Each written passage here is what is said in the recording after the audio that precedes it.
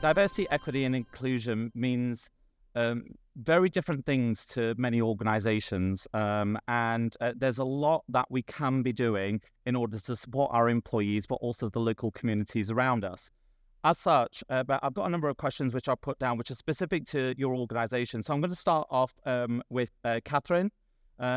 So Cisco has been awarded #1 Great Places to Work, not only in the UK, but also globally in 2023. What was the journey to get there? And also, understanding that you are responsible and co-leading Cisco's Inclusion Board, supporting inclusive communities and your employee resource groups, tell us about the purpose of the ERGs and how you got them established.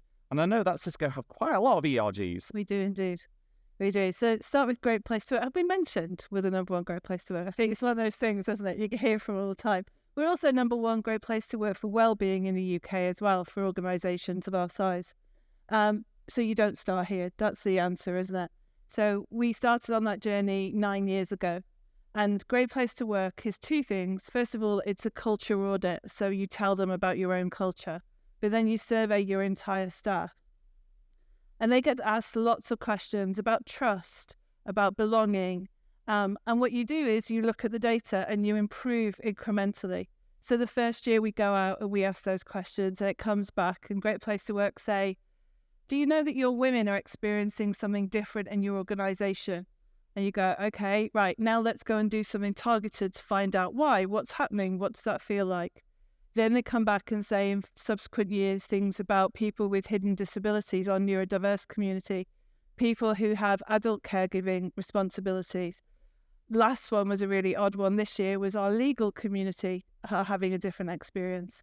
So what you do is you become data-driven, you learn from what the community is telling you, you take it, you listen, you improve, and incrementally you move from where we were the first year, which was 13th, and this year we're pleased to win.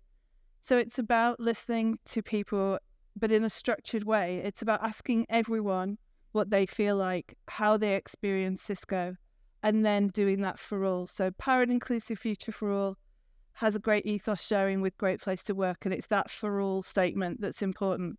If you're failing one of your communities, then actually it's not a great place to work. So it's an incremental improvement. And one of the key ways we do that is through our inclusive communities. There are today 14, one more since we talked, who are representing some that you'd expect, ethnicity or race. So we've got Connected Black Professionals, we've got Connected Asian Affinity Network, some about disabilities. So whether you are taking action around disability to help our workplace, or whether you want to help improve our products, that's an organisation. And then we've got groups who help with other things like back to business. So if you've been out of Cisco for a long time, whether that's through illness or maternity leave, we've got an organisation that can help you. Every one of those is a safe space to share your information. It's your community, it's your tribe, if you like.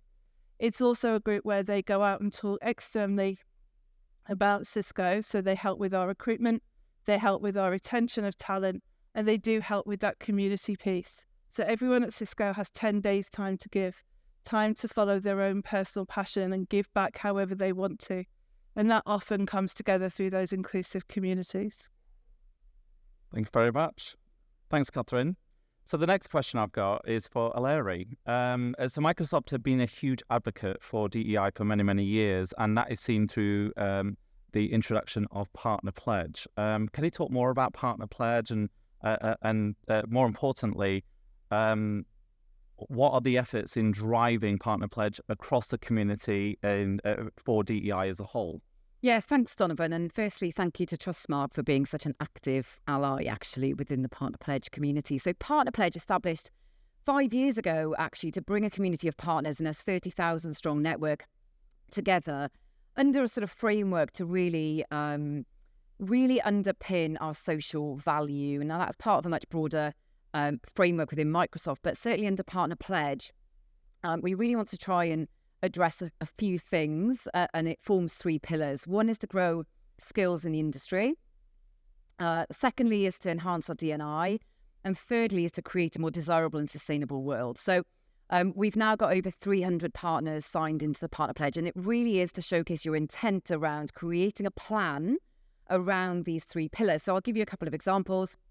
For the skills piece and increasing our talent we talked about earlier, actually, the skills shortage in the market. So that's well understood. I think this is really focused around creating opportunities for our early in career talent. So be that apprentices, be that inspiring through our schools and our work around STEM. That really is about inspiring the next generation of young people to join the tech industry. Then if I think about the diversity and inclusion piece around enhancing that area, I mean, this is about, again, attracting talent outside of the tech industry to join. And so we've got a number of different areas that we focus on there around returners to work under our Tech Her campaign. It could be our work around International Women's Day. It could be our Tech for Racial Equality group. So lots of, similar to what you were talking about, Kathryn, sort of lots of sort of partnership with our ERGs to help drive some of this activity through our partner community. And then thirdly, again, sharing best practices amongst the partners around thought leadership in the area of sustainability, which is a moving feast. So just a couple of examples there, I guess, we think about Partner Pledge. It's about bringing together a community of partners that really want to be really intentional and creating that space to be, to make a difference in that societal, kind of that broader impact piece. And so the last thing I'll say on it is, actually, when you think about the focus you've had on public sector, customers are demanding this. So this isn't now just a tick box exercise. Yes, it's helped give some framework around and some structure around conversations with partner and almost like a toolkit that we can take to the community. But customers are demanding this. They don't just want business outcomes. Actually, that business outcome is about societal value. And specifically in public sector, we're spending around 10% of our RFP responses centered around what is our social value. So this becomes a toolkit that partners can tap into to actually help you differentiate and help you win. So it really does link back to that business benefit for you as Trustmarque on the whole, of course, but doing what we all want to do, which is a much better job of driving societal impact. There's a real business benefit there, and it creates a huge differentiation for you as a partner amongst a pretty mature partner ecosystem. So I'll pause there on Partner Pledge. Absolutely. So we're absolutely seeing it, certainly from customers in both public sector and also in the commercial space. Every RFI, every RFQ, RFP, I think every single engagement is now being scored highly on ESG efforts or sustainability and DEI,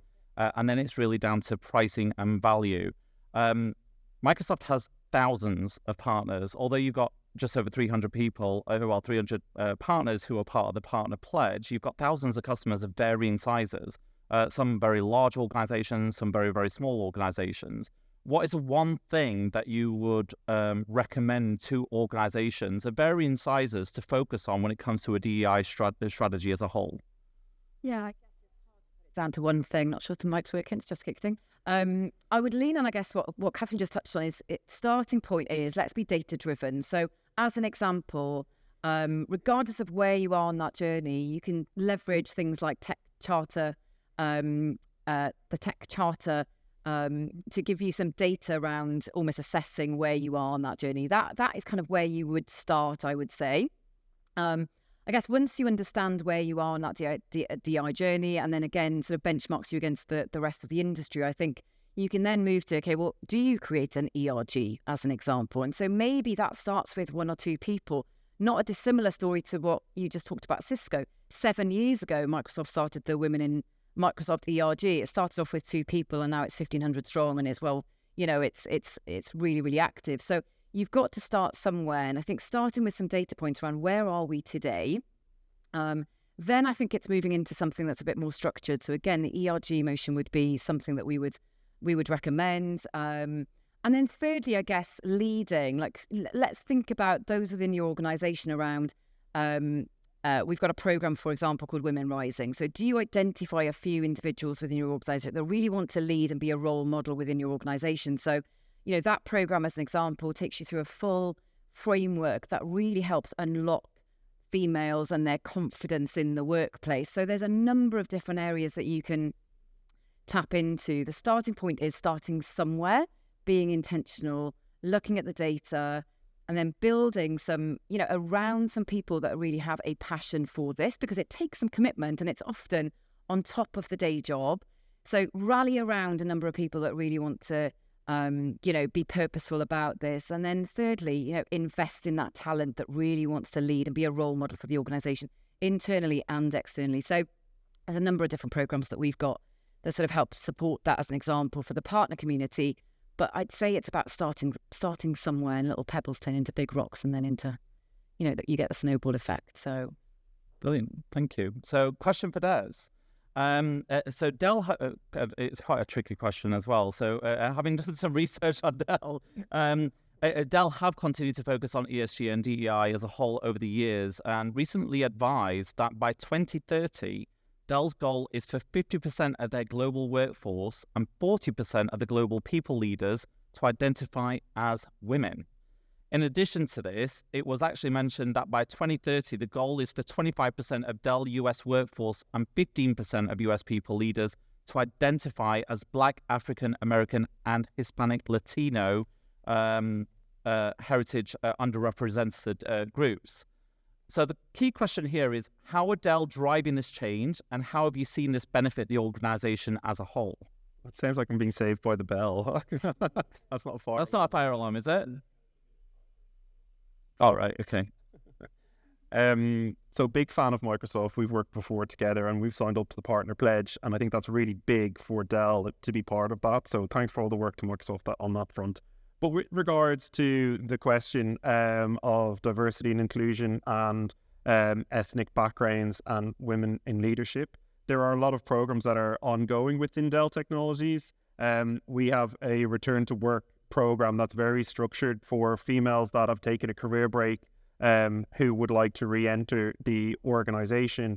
And that is a very structured program. It's not just around returning after maternity leave. It is people who have had a career break and that would like to get back into work. There's a lot of opportunities within Dell to grow and develop within that space. In the US, we've partnered with predominantly Black universities to encourage diversity to come into Dell Technologies as well. And that's a unique program that Michael Dell has really funded there as well. The opportunities for women within the UK is really, really prevalent. I mean, there's a perception as well around positive discrimination, but we don't look at it from that perspective at all. It is around having the most suitable person for that role at that given period in time that will go forward. But, as a lot of initiatives within Dell in the UK, we partner with the Prince's Trust. We partner with the Action for Children universities, the Talent Foundry. We've got STEM Aspire and the British Esports Academies as well. And that is all around diversity and inclusion and bringing people into the workforce that have a passion for technology, and having that capability through the STEM Aspire program, which is predominantly focused on female in science, technology and maths, really drives a unique differentiator for us and make sure that we drive that innovation within the organization. I think from my perspective, it's really important that we work with a diverse group set of people. I identify as gay, and it took me quite a number of years to actually say those words out loud. So having a voice at the table is really, really important. And I think having the ethnic background and the female partnership within the workplace is also going to benefit the organization as a whole. And having the ability to bring your true self to work, regardless of your ethnic background or male or female or how you identify, it is disregarding of what you actually have the capability to do and deliver your job. So what, in essence, to the question is that there's a lot of structured programs within Dell, and that is a moonshot goal, but we are actively working on that today to make a difference and a change within the organization. Brilliant. Thank you. So many organizations tend to start with gender as a demographic to focus on. Naturally, the IT industry has been very male dominant for many, many years. And we're seeing that transition where more women are taking leadership roles, and there's career advancement programs out there within various organizations in order to upskill and educate women and move them into leadership roles. What's quite interesting, actually, a question for Alison.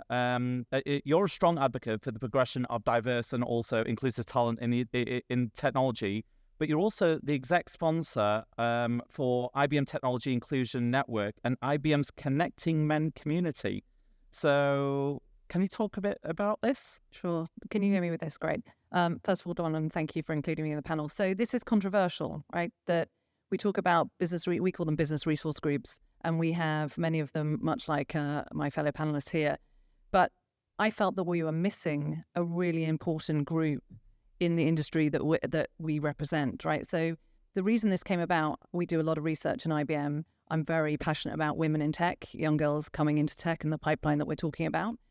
But so I was reading this survey that we did through our Institute of Business Value, and it talked about how we help women progress in their IT careers. And the first data point as the summary of these findings was to help women get a better work-life balance.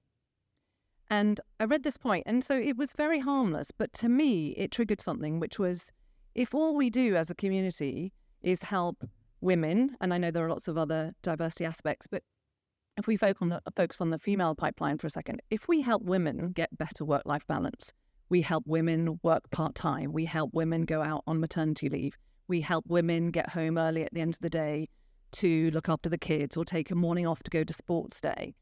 We are missing fundamentally a huge population in, if you look around the room, our current industry, which is about connecting the men in our industry. And the reason that is important is, as a female, I identify as a female, I have no problem talking about how I feel, whether I've been to the doctors, what's going on in my life. I'm spending a lot of time right now talking about things like menopause, which is a really difficult topic for anyone to talk about. But men are not as good at talking about how they feel and when they've had a bad day or being vulnerable in the workplace or going home early to take, one of the kids to the doctors.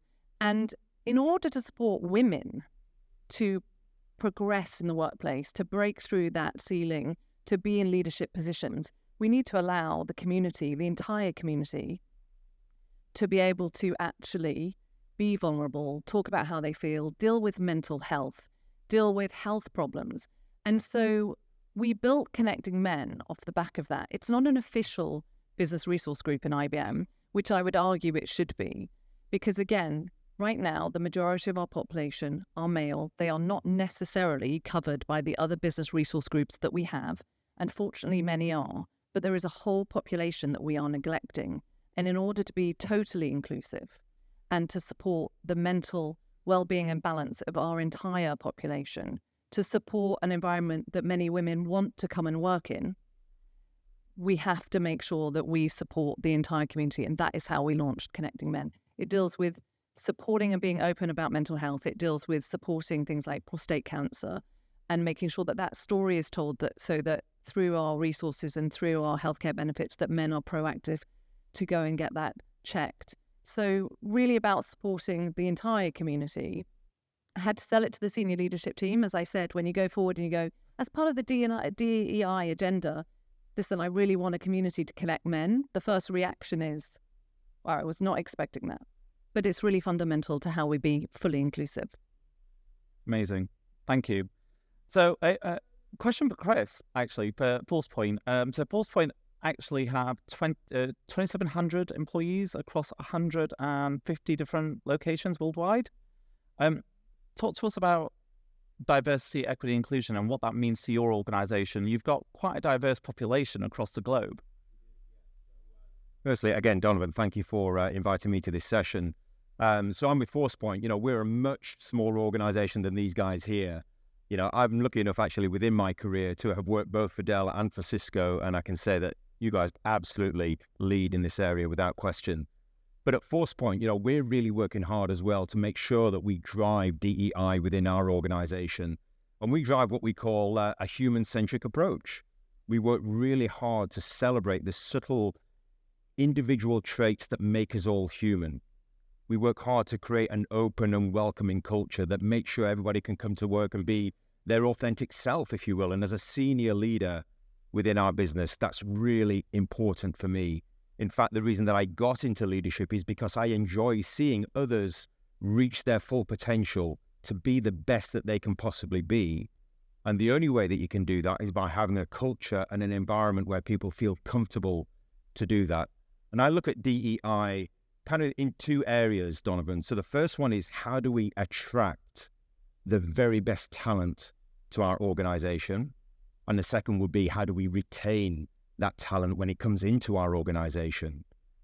So firstly, in terms of how we attract talent, when I'm hiring or when my talent acquisition team are going out to find somebody that can fill that open rec for me, it's far too easy to go down the path of least resistance, pull a couple of profiles off LinkedIn and say, here you go, Chris, here's your talent pool, pick one of them. And if you do that, if you don't challenge that, the chances are you're going to be faced with 5 guys who've been in the industry a long time and they may have great experience.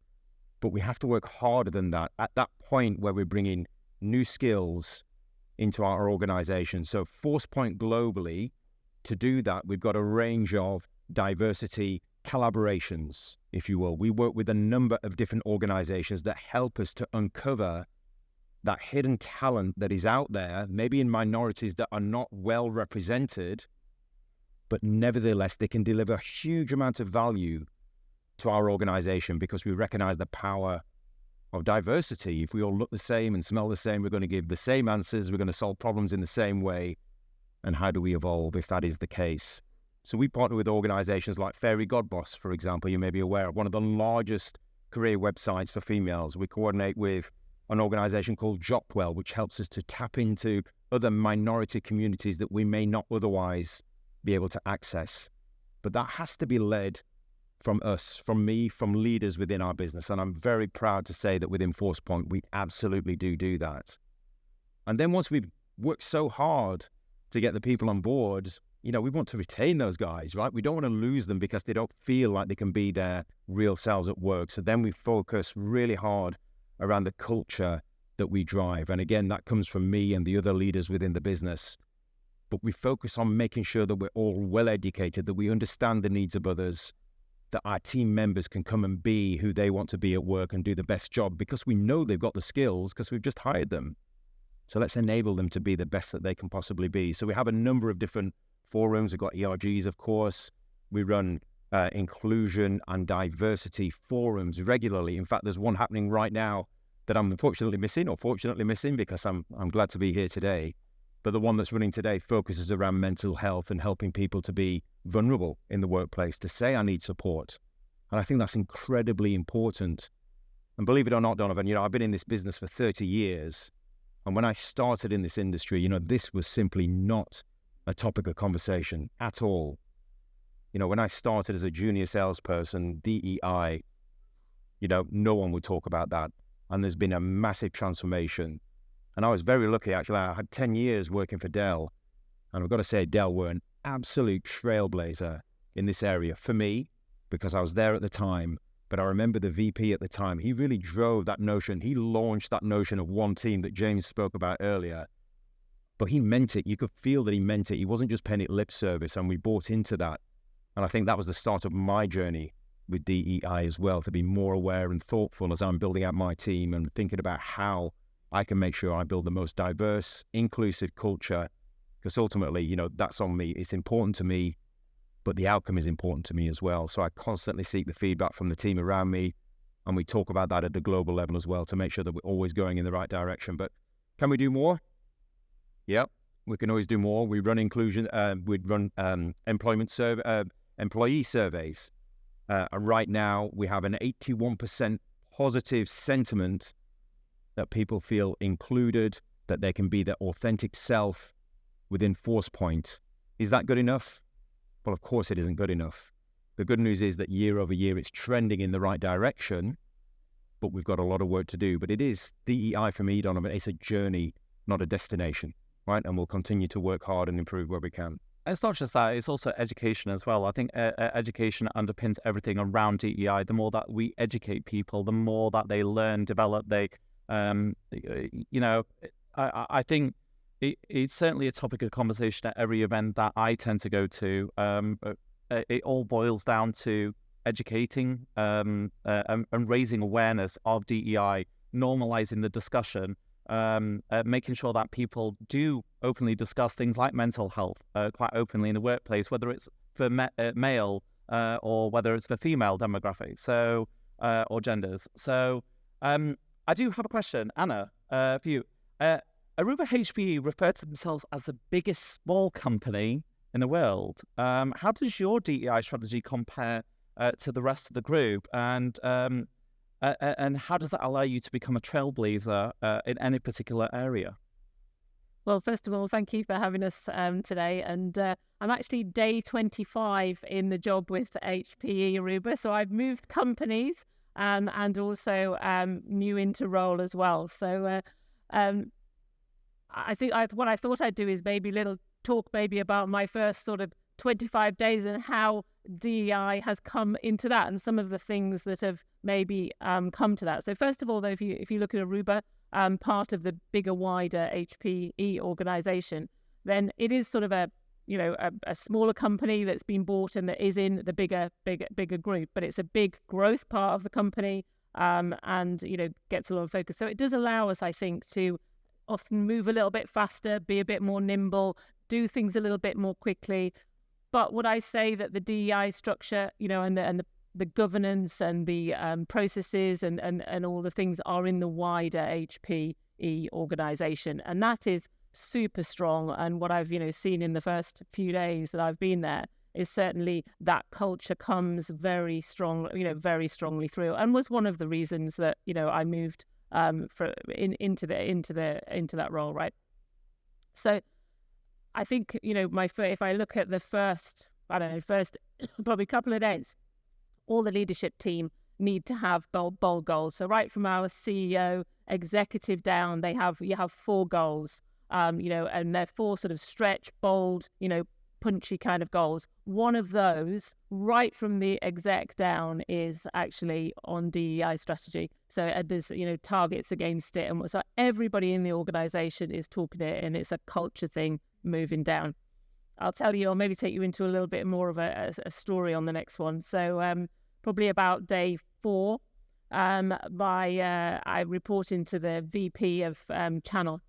So I find out that she is actually the diversity, equity and inclusion leader worldwide. So she's VP of European Channel, is my boss, but she is actually the worldwide Sharifa Hadi. Anyway, so day 4, I'm on a call with the NEMEA management team, and it's a 2-hour call, and it's on leading with empathy and empathy. And so it was a great example of really the company, or of her really bringing together, her leadership team. And it was, when did you experience empathy or were given empathy in the workplace, and when did you give it? And this was really tough for some people actually to talk about. But once the conversation got flowing, it got quite personal. People talked about their personal stories, how, in the workplace, our HPE had really, the people that work was really helping those people. And I think it reminded me of, when you work for a big organization, and, many on the stage today as well, we have a responsibility to all of those employees, and not just a responsibility to the employees, but to their families and to their, wider networks and groups. So how many people do we influence by looking after the people that, work for our organizations? And so we talked, in depth, and it came out quite a lot. And I won't go into big detail, but I'll just share to try and bring things a little bit more personal, because I think it is about being your authentic self. So my story was and I did wait, actually, because I was the new girl, so I sort of waited until pretty further down, and we'd had quite a lot of stories out, but we literally had people in tears on this 2-hour discussion, right? And I think what it did was bring people that maybe had been working together for quite a long time, suddenly a lot closer, because they understood their personal stories. So one that I'll tell you, in my very early 20s in the IT industry, and I was a female in I think it was storage at the time. Not many women. I remember turning up to an account, and they went, "Oh, it's true then. We have got a female account manager." And I was like, "Whoa, yes, you have. We've got a female." But but very early on in my career, I got cancer, and I was not at the point where I could share it. It wasn't sort of talked about. I didn't feel confident at that point. I was early on trying to prove myself and whatever. So I didn't really tell anybody. I was living away from family and everything. And for one reason or another, I won't go into it, but I was going to go to this appointment. I'd been told I'd got, cancer. I couldn't have children for 5 years. There was various things. And they had to, it wasn't chemo. They had to actually take it out, operate. Anyway, I clearly couldn't, need somebody to take me, collect me, blah, blah, blah. And it was quite a significant operation. And I didn't have any to go. And I said, oh no, I'm just going to, go. Anyway, I had to tell my boss it was a big deal. I was worried about this big customer meeting. I'd only just, started in this particular role. And he said, well, who's taking you? Oh, I don't know, I couldn't go. Anyway, he took me to this appointment, and there's a whole backstory to this that I won't go into, that I did go into on this call. But, and he took me to this appointment, and, it was a year for that. I then changed what I wore, and I wore a long skirt to the end, to the here for about a year while I hid what, this operation that I'd had. And I wasn't ready to tell anybody. But, to this day, I tell you, I worked hard for that manager, because he took me to the appointment. He picked me up the appointment the next day. He was there for me. He was whatever. And, that was an amazing example of where, he connected with me, showed empathy when, I didn't have other people around me that I could do that at that point. Anyway, there was lots of stories, and obviously the story was a lot longer than I've just told you, but there was lots of stories on this call, and this whole bringing out the empathy. And I think it was difficult, for some, and particularly, you talked about for some of the guys, it was difficult for them to have that conversation, and they'd certainly never done anything like that before. So I think that was a really, a great example of what, HPE and particularly the Aruba culture is doing. But also we do have all the, things like Voice of the Workforce, which is our employee survey that we do. We have all the ERG groups, etc., and lots of, other things going on. And the only other point I guess I'd make, I'm a mum of 4 girls. So one of the great things that I came into this role, and I had, looking at my team, I've got 3 to hire, and I've got, a couple, and they said, oh no, they're out at the moment. I said, oh, where are they? They're on paternity leave. I said, oh great, for whatever. Anyway, HPE Aruba has a paternity policy, amazing, and I think this comes back to some of the points to make it equal for men as well. We have a 6-month paternity policy for men, right? And I just thought, wow, that was amazing. I've got older children now. I remember years back in my career when I had my second child, and I'd just been made a director, a couple of years before. And I remember being told, oh, if you take more than 4 months off, it's going to be tough for us to actually, do your job. With my first child, I'd only taken 4 months off because I'd just got the job. The second child, I thought I need more than 4 months, as the second child, it was tough. With the first one, I was doing a European role, and I was told, well, we can't really keep this job open. And so I was like, so it actually made me make the decision to step back as a director, and I went back for a number of years until I'd had all my children. So I went on to have 4, and I stepped back and went back to be an individual contributor.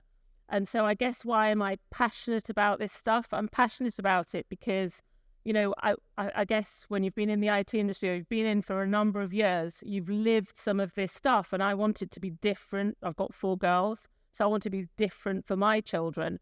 And I think, HPE Aruba is a great example, and I'm super excited to be working for, a leader that is actually really passionate also about DEI, because I think we all need to make steps forward. And yes, we all make errors in it, and we're all a bit nervous. Should we say this? Can we say it this way? But in the end, I think we've just got to all be bold and actually try and, move forward and change things, actually. And so I'm really excited that, Aruba has this policy of having a 6-month paternity leave, because it takes away the discussion of, oh, well, what do we do? Well, they're out and this is a problem for the team. It takes away all those discussions, and everybody's equal again. And I think for me, that's really important. So I'm excited. Thank you very much, Hannah, for sharing that. I think showing your vulnerability resonates with me. I think personally, especially during Pride Month. I mean, it is Pride Month after all. I'm an openly gay father of 2 beautiful children.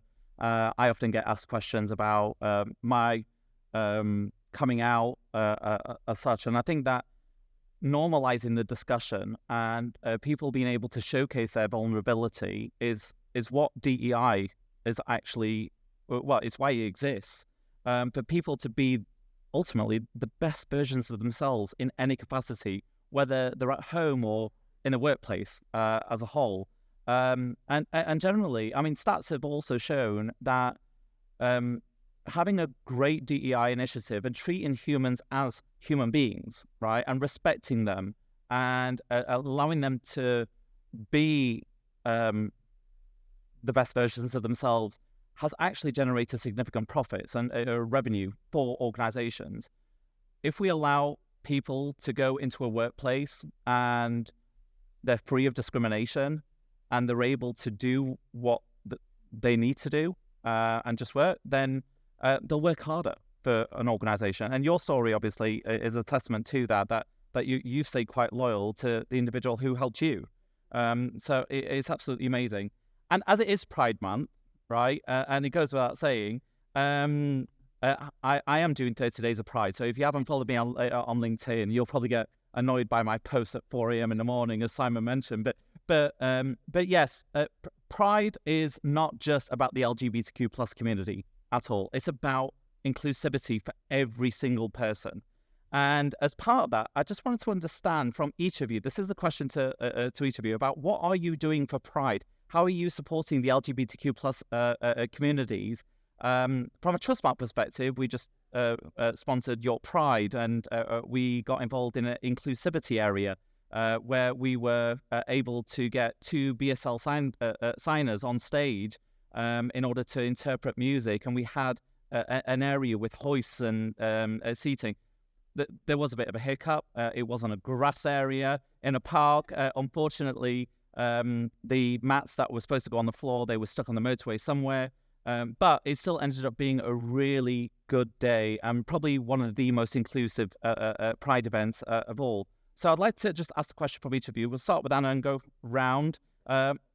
What are Aruba HPE doing for? Yeah, so actually today is, so I'm missing it today. Today we've got free pizzas and lunch and things. They've got talks going on and sort of education, etc. And then they do a number of training events as well. But it's actually kicked off today, certainly in the office that I'm in today. And they also do something with our lanyards. So when you've done the training, not in this one obviously, but when you've done the sort of the diversity of various the training, you can get the rainbow on your lanyard, so everybody knows that you're an ally. We call it an ally, but everybody knows you're an ally, and you've got your things and just little things. Brilliant. Yeah, that's great. Kathryn? Be on the same track. Bus. Yeah, we're working. So Cisco supported London Pride for many years. This year, we've invited our partners to join us on the parade and be part of it. From a technology point of view, we're also supporting London Pride with their Wi-Fi, thanks to our Meraki colleagues. So there's quite a lot of things going on there. Also, our reactions on WebEx have all gone rainbow. So we've got rainbow hearts and rainbows doing those sorts of things.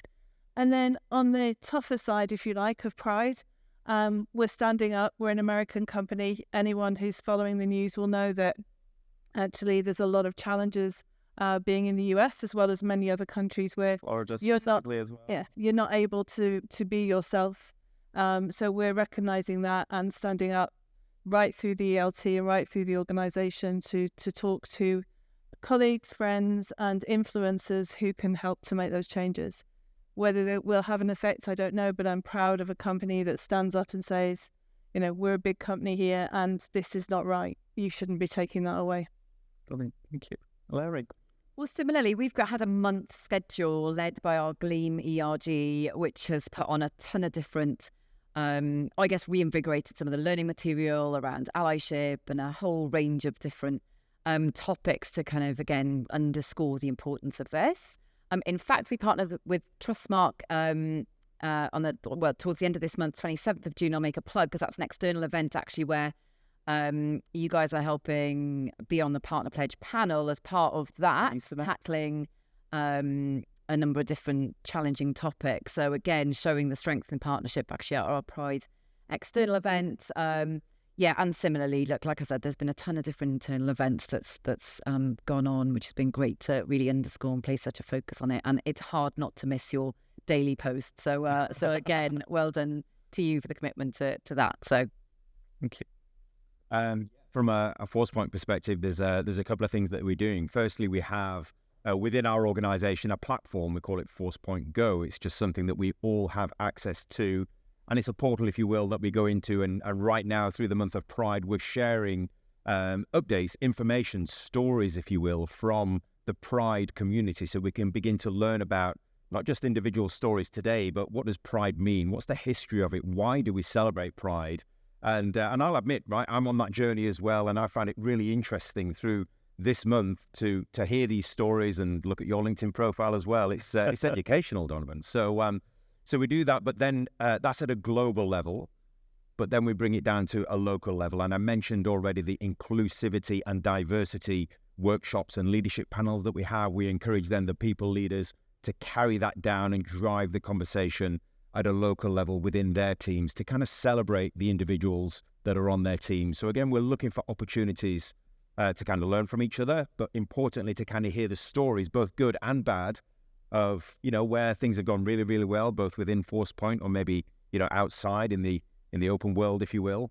But also, again, we're using it as an opportunity to do better. So we'll take the feedback and we encourage that openness from all of the team members that we have to share those kind of stories with us. So for us, Pride, I mean, we aim to do this throughout the year, right? But Pride is an important thing that we can rally around and really drive that conversation together as a global community. Thank you. Look, I think similarly to the companies here, right, we have an entire set of activities, both internal and external, globally. We have an entire community that exists throughout the year, but obviously during Pride Month, there's a whole catalogue of activities. We've got a whole set of marketing materials. If you go and look at my profile on LinkedIn, I have one of the new banners that we have for Pride Month this month. So that's ongoing. I think to your point, though, it's about localizing that conversation on a regular basis. So I had my monthly team call yesterday with the entire ecosystem team across IBM in the UK and Ireland, and talked about that in terms of the platform, right? Not necessarily all the big, bright, shiny events that we're doing, but just opening that conversation and making it local and making sure everyone constantly feels like there's a platform to be able to be oneself. And just to your point, Donavan, you said earlier, I just wanted to touch on the education piece. You say about being on the journey. I think that's the most important thing for me, is I know I'm constantly on that journey. I just recently did a fireside chat with one of my team that came out as a transgender woman during COVID. She's worked at IBM for 36 years. You can imagine that's very difficult after 34 years of her career as identified as a man in the company to come out. And I did a fireside chat. And for me, that learning process, being open-minded, being not afraid to say, oh, I don't understand that. Can you please explain that to me? Or what does that mean? Because I need an education. And then also sharing that downstream. I had that conversation with my 10-year-old daughter. So I think just really, Pride Month is so important, but that open platform, open conversation, and whoever you are at whatever point in your life that you can bring that to work is really important. And this month we're really celebrating that. And I think you just touched on a great point there. Sometimes it's almost a case that most people are afraid to ask that question because they're afraid of discriminating. And if you don't understand, absolutely ask. Education is key. Don't be afraid to ask any question, as people won't be offended by doing that if they're in a minority group. So thank you. Des? We've got a number of activities as well, predominantly, so I'm the mental health champion for our Pride network. So we've ran a mental health panel for people on the LGBTQ plus spectrum and our allies, and we talked about our own experiences about not being able to come out and the challenges that you face both in work but also with families. And interestingly, some people were saying that they were more comfortable being out at work and in their personal lives. But that was a very poignant conversation around the differences and the challenges that we experience and the fronts that some people will put up when they're not able to be their true, authentic self. I also host and produce a podcast. It's called the Be Yourself Podcast. So we've got one going live at the end of June, and that's going to focus on reflecting on your inner child. For any of you that are RuPaul Drag Race fans, they do this at the end of the season where they're saying, talk to Des, what would you say if, you were speaking to him as a, 10-year-old boy, what would you say? We did it last year and it was very, very poignant. We also we're doing a workshop next week with the London Ambulance Service, and we're doing a framework discussion around LGBTQ matters for allies, actually. And we're doing that in our London office. And then we're having regular weekly coffee chats and drop-ins just on Zoom on a Friday morning for anyone that's around, that we just have a very casual call. And that's also had some really good traction as well. Thank you. Amazing. So I did have 4 other questions, but we are running out of time. So, and I can probably discuss DEI for the rest of the evening, if anything. I did write a few notes down, actually. You all touched on a number of different points, and just realizing that each of you somehow compete in one way or another, right? As organizations within in the tech industry. But the great thing about diversity, equity, and inclusion is it has no boundaries. Whether you are a competitor, I think we can all do a better job of coming together more often and discussing these topics and learning from the great things that we're all doing as organizations, and being able to educate our workforces. And so vulnerability is one thing I wrote down. Normalizing the discussion, education, mental health underpins everything around diversity, equity, and inclusion. In fact, stats show that those minority groups are actually more widely affected by mental health than any other groups. And I think that it's worthwhile understanding that just establishing a connection with your peers, and it could be your peers in this room or even beyond. Understanding that it's okay to not be okay, and making sure that people are aware of that. I think we can all learn from each other. Is the biggest thing that I actually wrote down from this. We also touched on a couple of points around censorship, and censorship is a key area, and I think that we tend to forget about the fact that sometimes we do censor in the same token that I may end up saying my partner rather than my husband. It was my husband. I married the guy, right? So it's my husband, and I think we all hold back, and I think that we can be a little bit more open in order to make it more inclusive.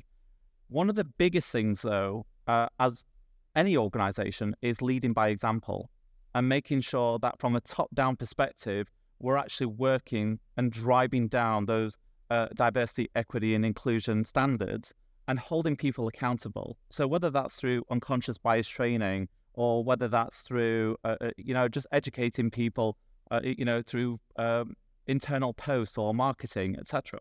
So just one key word, or maybe one key point of focus that you want to leave us with today before we can get off and enjoy the festivities of the evening. What would you say is the most important thing to you around DEI? What is the most important focus for you around DEI as an individual? To bring your true self to work. Conscious change. I think inspiring the next generation. So starting very young with helping inspire sort of young girls, young people in schools and young people. So we also have a partnership with Prince's Trust. So that for me is really important. So for me, it would be curious, right? We're just a bunch of people that want to do business together and get on. So let's get to know each other. So be curious, don't be afraid to ask questions and take the time to learn about each other. That would be my takeaway. I was going to say something similar, but I was going to go with open-mindedness, right? So being very open, no judgment. I think everyone's journey is different, whether it's an ethnic background, a diversity background, or an LGBT background. But I think the one word that came to me was hope. I think we have traveled so far in history to get to this day that it would be an awful shame to let the momentum go. And I think having this open communication and collaboration and understanding people is really, really important. But I think we're in, an opportunity of hope around true transformational change.